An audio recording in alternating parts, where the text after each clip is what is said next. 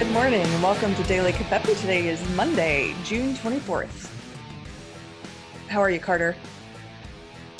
I'm a little tired, but I'm okay. I got some flack from a couple of our users. Rightly so. As a tech guy, I accept the ridicule that I'm receiving for using wireless to try and do broadcasting.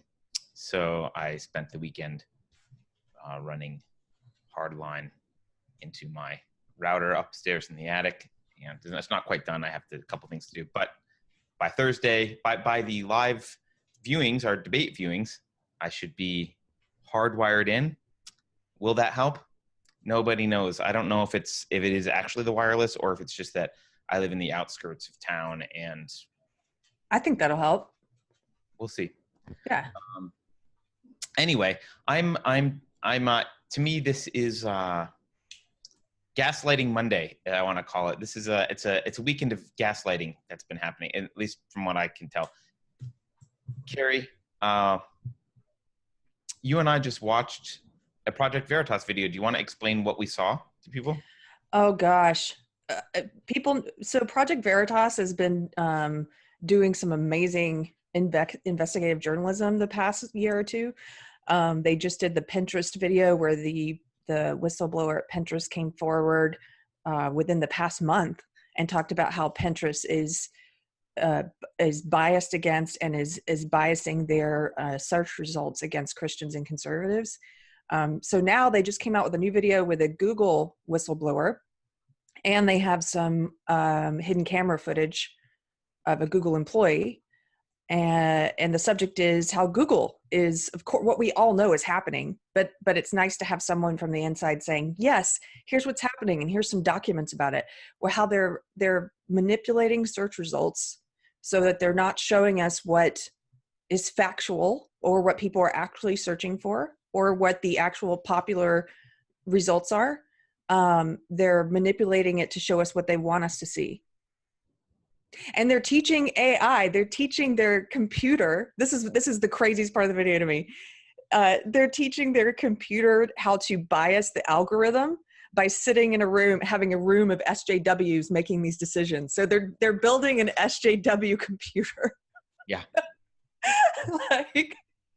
like this is the NPC thing come alive. It's the Google AI. It'd be funny if it weren't true. I mean, eventually the NPC computer will be indistinguishable from social justice warriors because they don't think, they just program, they just react programmatically. Yeah, I mean, just to be clear, Google has, Keri, we can run some tests maybe during live, quote live during this recording, but what was happening is Google, obviously the people internally are kind of admitting, yeah, we never want 2016 to happen again. But there are documents that have been released and, or not released, but obtained, are very clearly show, they have flowcharts that show the editorial process as part of the Google machine about deciding what to include and what not to include, and how to rank sources and all that kind of stuff, both YouTube and Google. And they have this concept of machine learning fairness, which, as Keri pointed out, is machine learning trained by these social justice warriors. And they explicitly state, the example that they gave that was most impactful to me, because it was a very overt admission of what they were doing, is if you search for CEO, now in the reality, there are many more male CEOs than female CEOs. So if Google viewed its job as an accurate reflection of reality, you would expect to see in image search, for example, an accurate distribution of male versus female CEOs that reflects reality. But Google thinks that is bad. They don't want to show you that. I think reality is unfair. Right. So instead, they're intentionally elevating the female CEO so that there's equal female and male CEOs. And who knows, maybe they're going to make it more female CEOs to correct past injustices or whatever. But Google has made it clear that their standard is not a reflection of what's happening in reality. Their standard is how to manipulate you into behaving what they view as more fairly. They want there to be a more fair world. That fair is the word that they use. And so they're trying to manipulate you into behaving in ways that would help create a, quote, fairer world. The employee mentioned that Google is going to claim that all these documents that have been leaked and the undercover video that was obtained and this whistleblower, Google's going to say, oh, that's all conspiracy theory. We're not doing that. But the truth is, the conspiracy theory is the idea that all of these random employees are manufacturing documents and coming to places like Project Veritas. And like the conspiracy theory is that it's not true. Google's pushing a conspiracy theory. The conspiracy theory is that there's a bunch of people, like weird right-wingers, making shit up about Google. That's the conspiracy theory. Well, and you can see doing this. You can see after the election, I mean, this should have been huge news back then, but you know why it wasn't? Because Breitbart broke it. And they've done such a good job of poisoning people against any source that's not in their ideological echo chamber, that these adults are like, I can't watch anything on Breitbart. So how do you bury a story? Let it break in the conservative news, because then liberals will never look at it. So after the election, Breitbart leaked footage. You can watch footage of the Google CEO of people on stage at an employee meeting talking to their employees about how 2016 was horrible and people were full of hate and elected Trump, and we've got to make sure this never happens again. Like, they said this, we want to make sure this doesn't happen. And in this video, Project Veritas has undercover footage of this woman who didn't realize she was being recorded, Genai, Gennai, whose job title is like head of like ethics and fairness. She's on camera telling you her definition of fairness is not really fairness. My definition of fairness, our definition of fairness, she says in the video, is about, it includes, quote, our definition of fairness includes historically marginalized communities. Okay, that's SJW speak. That's her definition of fairness, is not what you actually think it is. And then she goes on to say, anybody who voted for Trump does not agree with our definition of fairness. So right. Those sites are being, of course, they're filtering out conservative sites. They're in the video. It talks about how they own YouTube, of course, so they have started censoring YouTubers, which we know has been happening with the purge. It talks about, what's funny to me is the Google insider, the anonymous whistleblower. He says after this one recent meeting they had, that he names a couple different YouTubers who were hit hard in terms of view counts, not just monetization, but view counts. He named Dave Rubin, Carpe Diem, and Tim Pool. I don't know Carpe Diem, but Dave Rubin and Tim Pool, two of those people are liberals. This is happening to liberals. Like, wake up, liberals. This is not about right-wingers. This is about you. And you know who they come for after Dave Rubin? They come for people even further to the left. They're not going to stop it. Like, this doesn't stop at Alex Jones. Well, it's because Google, the odd thing was Google views Dave Rubin and Tim Pool as right-wing. I don't know who the other person was either, but they're viewed as right-wing simply because they're not evangelical left. Because they're not SJW. Right. And, this actually also reminds me of, so Google, I'm sure Google is going to try and gaslight all of us. Google has been gaslighting all of us. We don't do that. What no, baby, I'm not manipulating search results, baby. Don't worry. Google, that's what Google's telling us. Google is going to continue to gaslight all of us and tell us this. It reminds me of this article that I know a few of our followers posted on Twitter and commented on Twitter over the weekend in The Guardian about free speech. I think the article was called, let me find it here, "Free speech isn't under threat.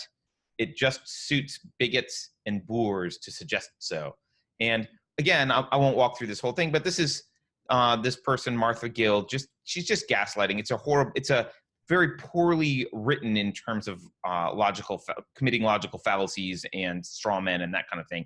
It's a poorly written anti-intellectual article, but she's basically saying, oh, there's no such thing. It's not a big deal. It's not under threat. It's just that, hey, these debates are over. We shouldn't have certain debates in the public because, we're done talking about those things. And she uses a few straw man arguments and some cherry picking and stuff like that to make her point. That article's not worth going through, but that article immediately made me think of gaslighting. Then we watched this Project Veritas thing, and the idea that Google's going to now say, oh, this is a conspiracy theory. They're just gaslighting. And they're trying to get us to believe another conspiracy theory, which is that this huge organization that we know for certain has social justice ideology sitting at the top of it is really objective and not doing any of these things. But there's a whole network of these conspirators trying to make them look bad. That's what we're supposed to believe. That's what Google would have us believe, which is obviously ridiculous. They have, I think if we decide to do this, this search results thing and just see what we get, in the video, they show someone he types in Hillary Clinton's emails in the search bar of Google. And when you do that, you'll see that it doesn't autocomplete, which would lead you to believe nobody's ever searched for that phrase ever. Hillary Clinton's emails doesn't autocomplete because no one searches for that. But if you go to Google Trends, you can see that quite a few people do search for it. It actually, you know what they're going to do next is they're going to fix Google Trends. They're going to go in there and change the algorithm so it doesn't actually show you. They will do that next because in the video, Trends contradicts with their search bar. In the video, you can see this, and he has leaked documents from Google that talk about how they're manipulating the search algorithm with the CEO thing, for example. How, well, if you did a search for CEO, it might mostly turn up pictures of men. And even though that reflects reality, that's not fair.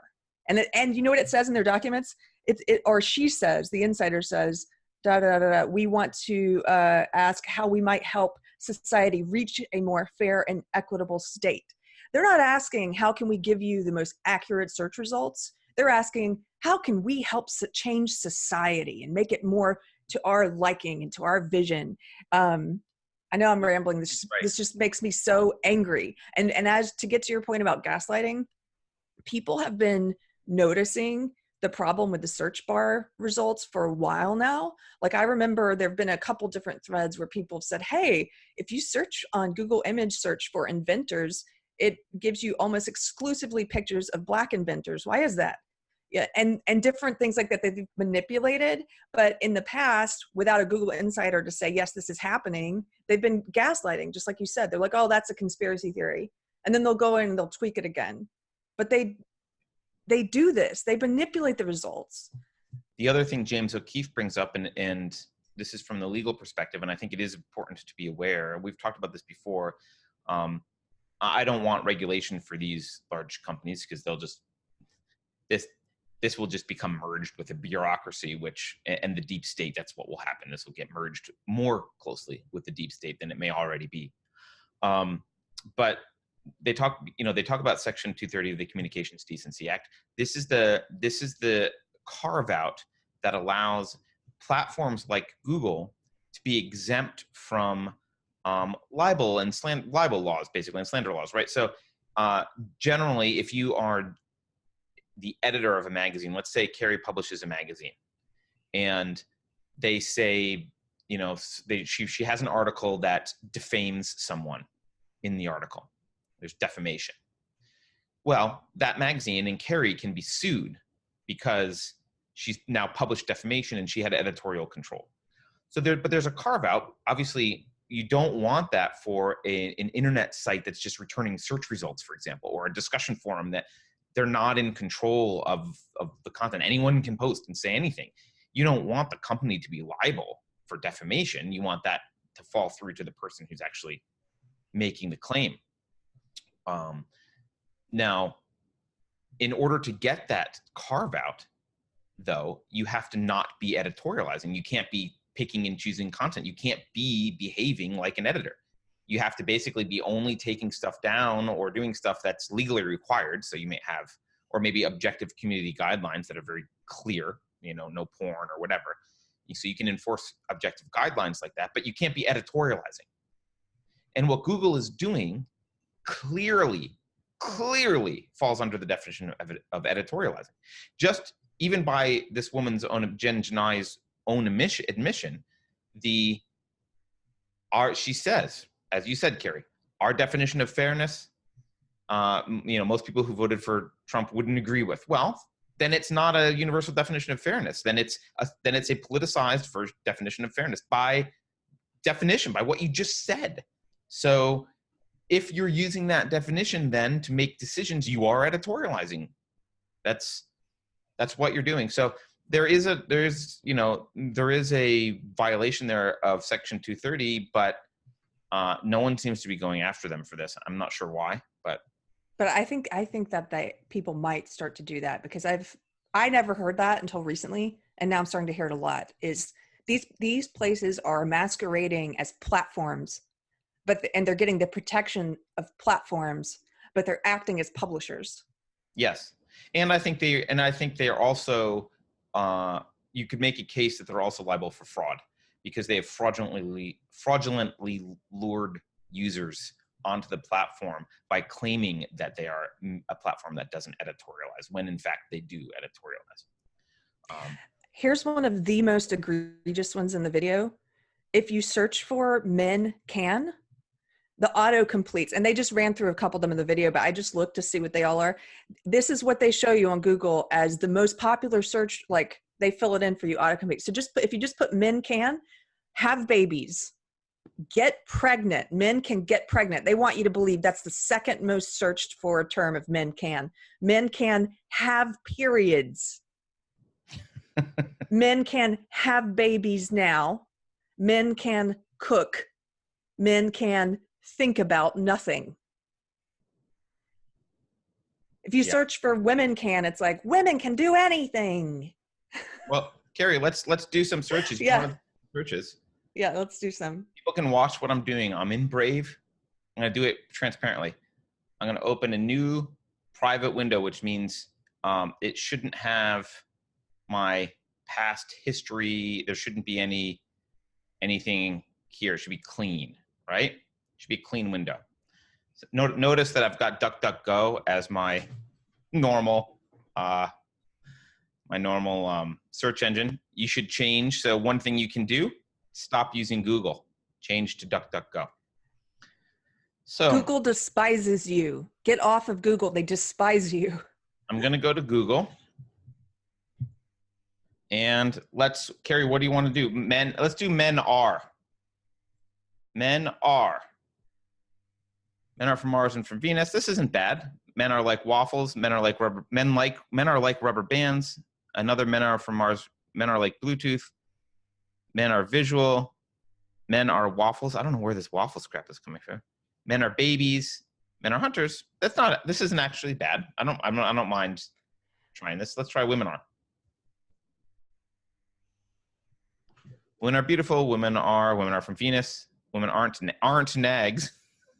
Women are funny. Get over it. Women are sacred. Women are not rehabilitation centers. Oh my gosh. Women are not rehabilitation centers. So let's do the ones that James did first. Men can have babies, get pregnant. You're right. It's the same. Women can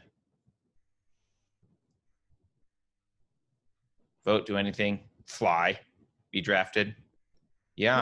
Women can vote. Women can do anything. Men can have periods. Men can get pregnant. That's so crazy. Oh, he did Hillary emails? Yeah. I want to try this. So here. Hillary Clinton emails. Nothing. Now, incidentally, in the video, he compared it to Trump emails, but no one searched for Trump emails. Let's look up Steele dossier. It shows up. What are some other Trump? Of course it does. They want you to find the Steele dossier. That's what I mean. Yeah. Well, and also, but see, his point with Donald Trump emails is nobody searches for Donald Trump emails. That's not like a subject. And yet Google lets that autocomplete. Yep, that's a good point. As if that's a subject that people look for. And if it were, let's say 10 people search for that, compared to how many people search for Hillary Clinton's emails, they don't let that autocomplete at all. Right. Well, and he explained in the video why they don't let Hillary Clinton's emails autocomplete. The answer was Hillary Clinton, her emails is basically, they view it as like a conspiracy theory, and they're trying to shut down discussion of it because it's not relevant as big conspiracy theory or big, only right-wing crazies search for it, and it's not part of what should be in the zeitgeist. So search for, I'm just curious, search for Alex Jones, which is someone who all the platforms have tried to unperson. Okay. So let's search for Alex Jones. As Keri pointed out, this is someone the platforms they've been trying to deplatform, unperson Alex Jones. And we get Alex Jones, Joe Rogan, Alex Jones podcast, GIF, tinfoil hat, restaurant folk song. It's not bad. Now hit enter though, see what the results are. Well, Wikipedia, which is a fine first entry. Some news stories. I mean, it's news stories about what's been going on with him recently, which I don't think is inappropriate. No, but look what they purposefully don't link to. InfoWars should be one of the top search results for Alex Jones. That's true. Go to DuckDuckGo and see what they have, or Bing, or anyone.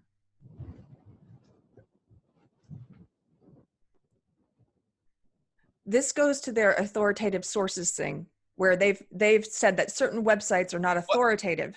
Keri, actually, look at this. Look at the difference in completion between DuckDuckGo and Google. When I typed Alex Jones, let's go back to Google for just a sec.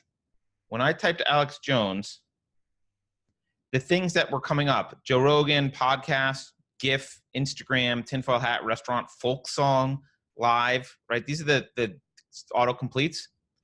Look at the autocompletes in DuckDuckGo.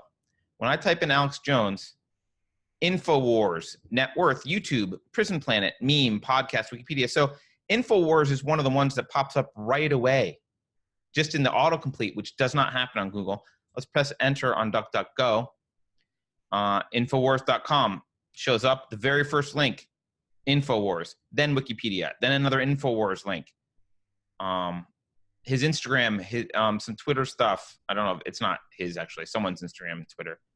And then Okay, so InfoWars should be the first thing that comes up, because that's the thing. Look, if the search algorithm is working correctly, what are people looking for when they look for Alex Jones? They're looking for Infowars.com. Like if his website was called alexjones.com, it couldn't be any more related to him than InfoWars. Right. That's what should be coming up. Comes up number one on a search engine like DuckDuckGo that doesn't falsely, unfairly manipulate search results. It comes up number one. Where does it come up on Google? It's not even in the top 10. It's not on the first page. In fact, here we can scroll. So it's not on the first page. It's on the second page, 2/3 of the way down. These assholes. Like, these assholes. It makes me so mad. Yep. Keri, can I say something about this more generally? Because I know I do think you should get away from Google. Absolutely. By the way, you also don't have to use Gmail. I know Gmail's free. We use Proton Mail. It's $5 a month. I think it's $5 a month, something like that. It's pretty cheap, and better from a security perspective. But what they're gonna hook you on convenience. So you need to get. The other day I said you had a little friction in your life. You need to create a little friction. Well, some of that friction is going to be for you. You're going to have to do things that aren't as convenient. Like we had an Alexa when it first came out, just because my wife is a technophile. So we had an Alexa, but we used it for a little bit, and then it's unplugged and we don't even use it anymore. Was Alexa very convenient? Yeah. Do we want an open mic sitting in our kitchen listening to everything we say, sending it back to Amazon to decide whether or not we're trying to wake Alexa up? No. So we chose the less convenient option of not having Alexa. So the thing I want to say is this isn't political. I've said this before, but I want to really emphasize this. This isn't political. This is philosophical and cultural. All this stuff, Keri, starts with philosophy. And I think this starts with a difference. Specifically, I think the difference here is epistemology and ethics. Those two branches are the most important. I don't think these people are disagreeing on metaphysics so much. I think they're disagreeing on epistemology and ethics, and I think those are dangerous, especially from a search engine. So, epistemology is the study of the theory of knowledge. How do you know what's true and what's not true? And the rational perspective is, we observe and we rigorously use logic to vet and to integrate those observations and empirical evidence into a logically coherent view of the universe, and continually check that and challenge that with other data, other arguments, other observations, so that we can figure out what the actual truth is. That's how we decide what truth is. And I think Google differs on this rational epistemology by believing that what is true is really more what's desired. So is it true that there's an equal balance of CEOs? Well, it should be, kind of, like, or for example, when they talk about, maybe the Hillary Clinton email is a better example, right? Is the issue with her emails true? Well, it is true, but they don't like it. So they kind of wish it wasn't true. So it's not true in the sense of being fair and accurate. It's not fair and accurate to talk about them. So they might say, well, it's not true. It's not true because it's a conspiracy theorist, or because Alex Jones says it, or because Breitbart publishes it. Therefore, it's not true. It's not from the sources that we like. There's the genetic fallacy. It's not from the ones that we like. It's not true. So there's an epistemological problem at Google, which is extremely scary, given that Google is an information hub and the information hub for most people on the planet, or many people, at least in the US. And then there's a separate question, there's a separate difference, I think, which is ethics. And the big difference I see here in ethics is the ends justifying the means. So for you and I, and for most normal people, Keri, we would not say that the ends justify the means, generally, right? We would not say, you got to lie to people to get them to do what's good for them. We would say, well, no, the truth is more important. You got to tell them the truth. You can't manipulate human beings. You can't use nefarious methods just because it furthers your agenda. And therefore, if you were running a large tech company, you would say, well, you can't socially manipulate people. If they're going to vote for Trump, they're going to vote for Trump, and we might not like it, but this is what they're going to do. Our job is to just be honest and present an accurate view of the universe, and information, and provide information to people as accurately as possible. But that's not their view. That's not their ethics. That's not their code, right? They believe, just there's a sister organization to Antifa called By Any Means Necessary. They're active here in the Bay Area. I think they're active elsewhere, but By Any Means Necessary is an overt reference to, obviously ends justify the means, right? That's the mentality of Google ethically. That's their ethical mentality. That's why it's okay to throw milkshakes at people, or acid on people, or hit people over the head with bricks, or pepper spray people, or whatever. It's because the end is they want this society that they believe these people don't speak, or these people are ostracized or jailed or killed or whatever. And so whatever they can do to get there, if they got to hurt some innocent people, so what? If they've got to get rid of the freedom of speech for some people, so what? The ends justify the means to them. And that should frighten the hell out of you, because they're a huge, huge, powerful organization who believes that the ends justify the means, and they've got resources, and they're social justice warriors. It should scare you. It's like the guy says in the video, the Google Insider says, it's like 1984, should have been a warning instead of an instruction manual. And there's a lot of leftist friends of mine who act like retards. I'm sorry, I'll use that word because I know it's triggering to them. I'm not talking about actually mentally handicapped people. I'm talking about idiots, purposeful idiots who act like 1984. Well, if it's not the government doing it, then it's not happening. It's happening. Does it matter if it's the government doing it yet? It will be eventually. But Right. this is almost worse in a way, because this is almost worse because you act like, because a book of fiction wasn't written in which he imagined social media and wrote it about social media, then it's not really happening. Like, you would only notice notice it if it was the government doing it. You're an idiot. It is happening. Right. I'm sorry, it makes me furious, because people on the left should be the ones who are the first to stand up against this. It is Right. censorship, mass censorship. Right. Which is why I think it's important, Keri, that it's a philosophical and cultural problem. It's important to note that, because censorship, that's not a legal thing. Philosophy and culture are not legal things. Censorship can happen outside of the government. Yes, government censorship is illegal, or theoretically should be, and we're not arguing the government should step in and do stuff here. But what we are saying is we've got a culture of censorship is brewing, and you're ignoring it because it's brewing in the wrong pot.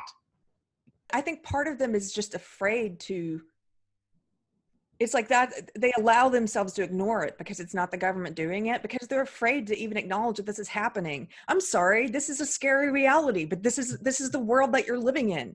I know you would rather spend, I don't know if they like it. Well, I guess some of them do, because the people being censored are people they hate. Look, I think a lot of them just, they want to stick their head in the sand because they would rather be able to go about their day without acknowledging that this is the reality that they're living in. This is an example of how pervasive this ideology is, and the fact that we are in the midst of a pretty serious culture war. And I'm concerned. I'm concerned about the 2020 election for two reasons. One is, I think they're going to they're going to do their damnedest to manipulate the hell out of the populace.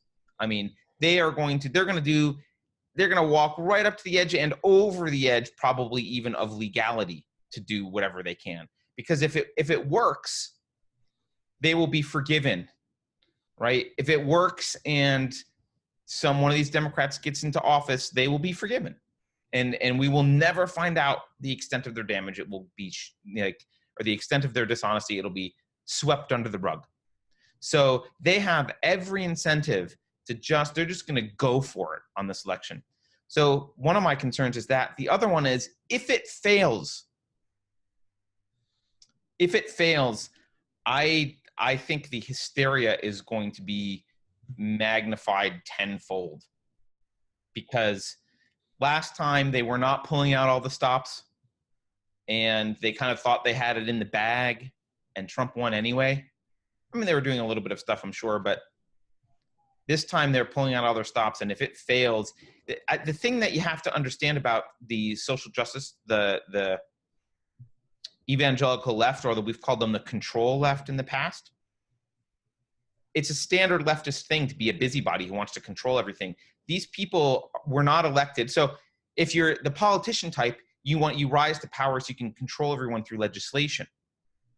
But if you're not the politician type, and you rise up through a private company like Google that's extremely powerful, you still want to control everyone. You still want to pull all the levers. You're just not doing it from the government. You're doing it from the size of a giant corporation that has all this power. And one of the undercover people, Keri, even said she didn't like the idea of Google being broken up, because then they wouldn't have the resources to do this in a coordinated fashion.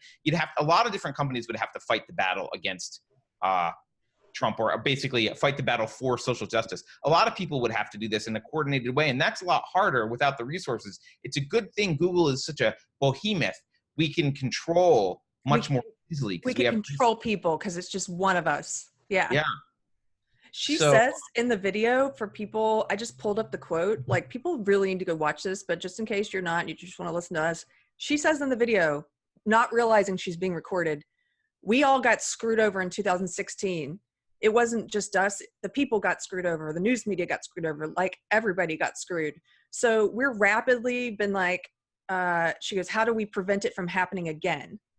We're also training our algorithms. Like, if 2016 happened again, would the outcome be different? Like she says in the video, this is all we've been working on since 2016. Right. This is a big deal. It's a huge deal. And you got to remember, I know that you want to think that there's some objectivity here for these people because it's nice to think about, but by their definition, what happened, what the people voted for, the election result, what happened, it was all wrong and objectively wrong and unfair and a blight on humanity. And by any means necessary, they will stop it again because they are zealots who believe they are right. Look, this isn't surprising to me either. It's just, it's nice to have the evidence. Yeah, but we kind of have known this is another layer of evidence. We need to stop saying we want more evidence. Like I would like Veritas to get more evidence because the more the better. But we have enough. There is enough evidence at this point to treat Google like the hostile entity that they are. And frankly, their big concern that Trump is going to feel like that, oh, what if he never steps down? Blah, blah, blah. Well, you're going to give him reason. You're going to lend, if that's really a threat, you're doing an awful lot to lend credibility to a claim that he might make, which is that the election was manipulated and stolen from him. You're doing everything you can to lend credibility, Google, because all he's got to do is point to this shit and be like, look, this is what was going on. Who cares about a few Russian ads?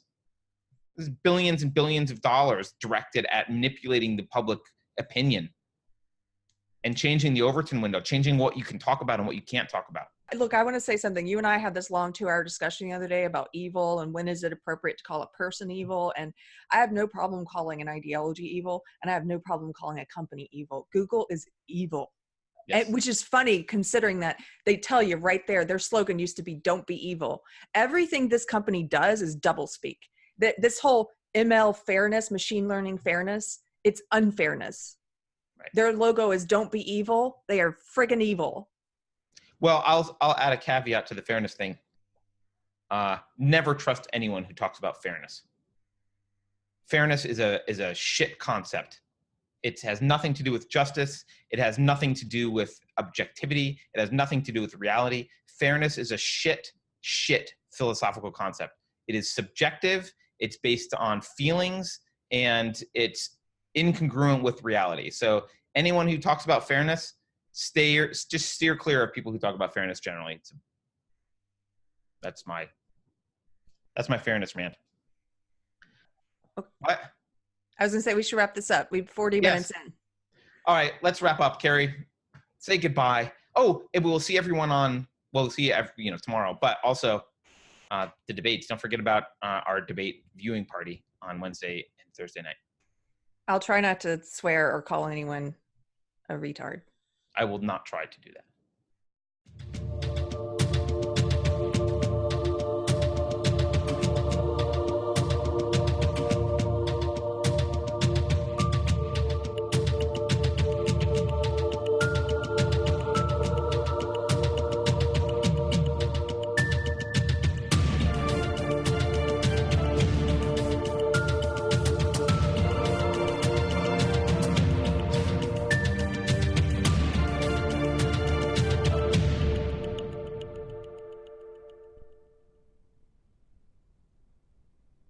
By the way, Keri, one thing I have an idea. We can cut this part out, but I have an idea. They mentioned that the AI algorithm goes through and does transliteration, and so figures out what people are saying in YouTube videos, and then tries to figure out where to place them. We could maybe at the end of our credits, we should make like a 5 or 10 minute long word salad where you and I just say a bunch of stuff that's all social justice-y, and we'll just put it after the credits and tell everyone to stop watching after that point, so that the algorithm starts to think that we're maybe social justice positive, or at least we screw it up a little bit. Here, this is a good idea. Here, let me record something now. You put this in at the end, like. Okay. Men can get pregnant. Men have periods. Just use some. Trans women are women. Yes. Social justice.